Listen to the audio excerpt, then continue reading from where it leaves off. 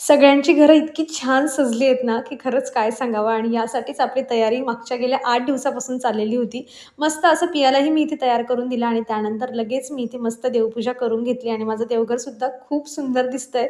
घरातली छोटी-मोठी कामं आवरून घेतली आणि तसं ब्रेकफास्टचं टेन्शन मला आणि तुम्हाला कुणालाच नाही, कारण सगळ्यांच्या घरामध्ये दिवाळीचा फराळ आहे, तर तोच आपण एन्जॉय करतोय.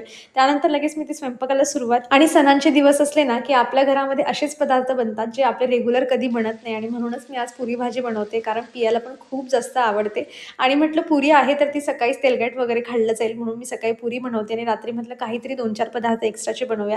तर अशी मस्त पुरी भाजी माझी रेडी झालेली होती. जेवण केलं, थोडं घरातली कामं आवरून घेतली आणि पटपट अशी छान रांगोळी मी इथे काढून घेतलेली आहे आणि आम्ही ना लक्ष्मीपूजन ना 5च्या आधी करायचं ठरवलेलं होतं, कारण अमावास्या 5-5:30 पर्यंत होती म्हणून. त्यासाठी छान अशी साडी वगैरे घालून रेडी झालेली आहे.